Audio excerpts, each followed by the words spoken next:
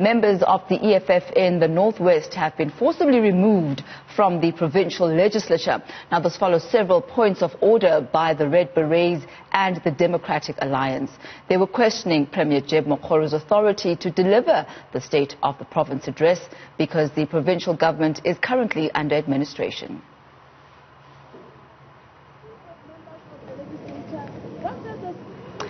Let's go live now to our reporter Zinhle Kanyane, who's been there today. Now, Zinhle, this is or was supposed to be Job Mokgoro's second State of the Province address since taking office. But what has been transpiring this morning? Has he actually had the opportunity to deliver it?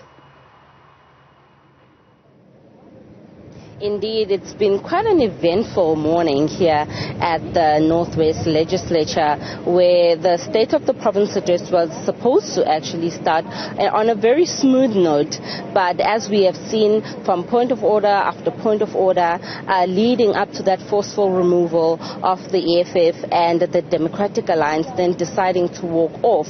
But after that scuffle that happened outside and a lot of people kind of got injured as well, we know some of the EFF members were attended by paramedics as well because of the scuffle that then happened as they were being forcefully removed, and as well as the scuffle that happened just outside the chambers. But after that, the Premier Job Mokgoro was able to successfully deliver his SOPA, and obviously he touched on the heart of the issues here, which is service delivery, the issue of water, the issue of sanitation and housing, which are really at the crux of the issues for locals here, which we've seen embarking on violent protests from as back as last year. But I'm joined by one of the MPLs here just to give us his insight of the State of the Province address. He is from the Freedom Front Plus. Thank you so much for joining us. What is your take on the events, firstly, that happened here in the morning? It's unfortunate. I think, as Dr. Groenewald has also said, that if you look at the state of of our province, this is really not called for. There's more serious issues at hand, and it could have been dealt with in another way.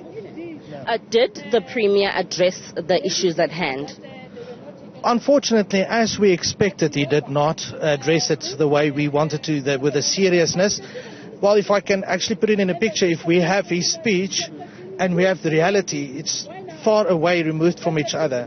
If it comes to economic growth, the EPWP program, at this stage we feel it's not substantive. It's not volhoubaar, it's the Afrikaans word. It won't maintain the growth. We need the private sector also to grow, to be able to grow jobs. And with that said, so we are disappointed with that. We are also disappointed that it didn't really address the deteriorative state of the municipalities. What is happening there is, we know about Bloemhof, we know about Rivier, all those municipalities and much more that is declining at a rate, and therefore there's a lot of protest actions. He called some numbers and referred to some numbers, but I don't think it speaks to the real situation that is out there. If we look at also, about the state of our water, also the state of our sewage systems that is failing us, and then some important matter, he mentioned drought, but the budget was being taken away from national due to non-conformance on the province's side. So it's actually contradicting to what he's saying. So the real information is not that we got there. I think people must just drive through the province and see for themselves what's going on. Thank you so much. Thank you so much for that. Just reiterating on behalf of the Freedom Front Plus, their dissatisfaction on the address itself. But another thing that Mokgoro touched on was the fact that the municipalities that have been placed under administration will have a further 6 months after this to still be under administration, just so that he ensures that they are at the right point to stand on their feet.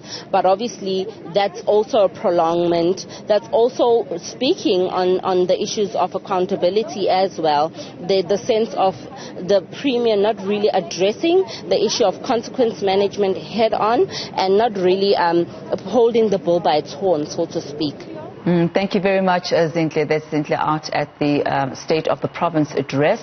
And what was quite important there, the 15 of 22 municipalities under administration, how will that be sorted out moving forward?